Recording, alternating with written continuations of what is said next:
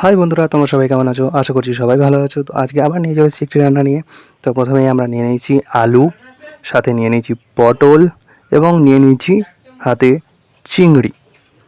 তো চিংড়ি, ঘুষো চিংড়ি বা ছোটো চিংড়ি আমরা এটাকে বলে থাকি।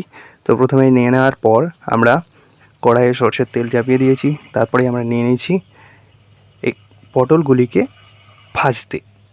তো পটলগুলোকে আমরা প্রথমেই ভেজে নেব হালকা করে। তো ভাজার সময় আমরা দিয়ে দিচ্ছি হালকা পরিমাণ মতো হলুদ গুঁড়ো। তো আমাদের পটলগুলোকে আস্তে আস্তে ভাজতে শুরু করে দিয়েছি, আমরা নাড়ছি। তো হালকা ভেজে নেবো, বেশি ভাজবো না আমরা, কারণ আমরা রান্না করব।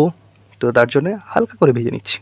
তো আমাদের পটল ভাজা হয়ে গেছে, পটল তুলে নিচ্ছি এবারে আস্তে আস্তে। তো আমাদের পটলগুলো তুলে নেওয়ার পর ওই তেলেতেই দিয়ে দেবো আমাদের আলুগুলো। তো পটলগুলো ভাজা হয়ে গেছে, এবারে আমরা ভেজে নিচ্ছি আলু। তো আলুগুলোও দেখতে পাচ্ছি যে আমাদের হালকা ভাজা ভাজা হয়ে এসেছে। তো আলুগুলো আমাদের যখন ভাজা ভাজা হয়ে এসেছে, আস্তে আস্তে আমরা আলুগুলোকেও তুলে নেব। তো দেখতেই পাচ্ছি আলুগুলো আমাদের আস্তে আস্তে তুলে নিচ্ছেন এবারে। তো আলুগুলো তুলতে তুলতে আপনারা অবশ্যই আমাদের বাড়ির ফেসবুক পেজ এবং ইউটিউব চ্যানেলটিকে সাবস্ক্রাইব করে রাখুন আরও নতুন নতুন রান্না দেখার জন্য। এবং অবশ্যই কমেন্ট করে জানাবেন যে আপনাদের কেমন লাগছে আমাদের রান্না, আমাদের বাড়ির রান্না। তো তা করতে করতে আমাদের আলুগুলো তুলে নেওয়ার পর আমরা দিয়ে দিয়েছি আমাদের ছোটো বা ঘুষো চিংড়ি যেটা আছে সেই চিংড়িগুলিকে। তো চিংড়িগুলোকে আমাদের ভাজা হয়ে গেছে।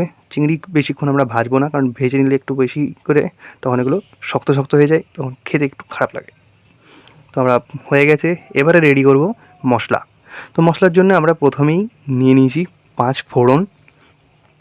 5 ফোড়ন দেওয়ার পর আমরা দিয়ে দিয়েছি একটু পরিমাণ মতো আদা রসুন বাটা। তার উপর থেকে দিয়ে দিচ্ছি পরিমাণ মতো পানি।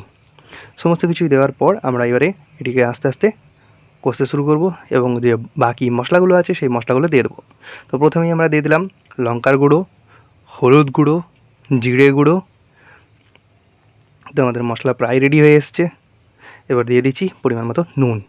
তো সমস্ত কিছু দেওয়ার পর আমরা এবারে ভালোভাবে এটাকে কষতে থাকবো। তো মশলাটা কষতে থাকছি, যতক্ষণ না একটু কষা হয়ে আসছে ততক্ষণ অবধি আমরা এটা ভালোভাবে কষবো। তো দেখতে পাচ্ছি আমাদের কষা হয়ে গেছে। তো এরপরে আমরা যেটা করব সেটা হলো আমাদের যে আগে থেকেই ভেজে রাখা আলু, পটল এবং চিংড়ি তিনটেকে আমরা এক কাছেই রেখেছিলাম, সেগুলি দিয়ে দেবো মশলাতে। মশলাতে দেওয়ার পর আমরা মশলাটার সঙ্গে ভালোভাবে এটাকে মাখিয়ে নেব।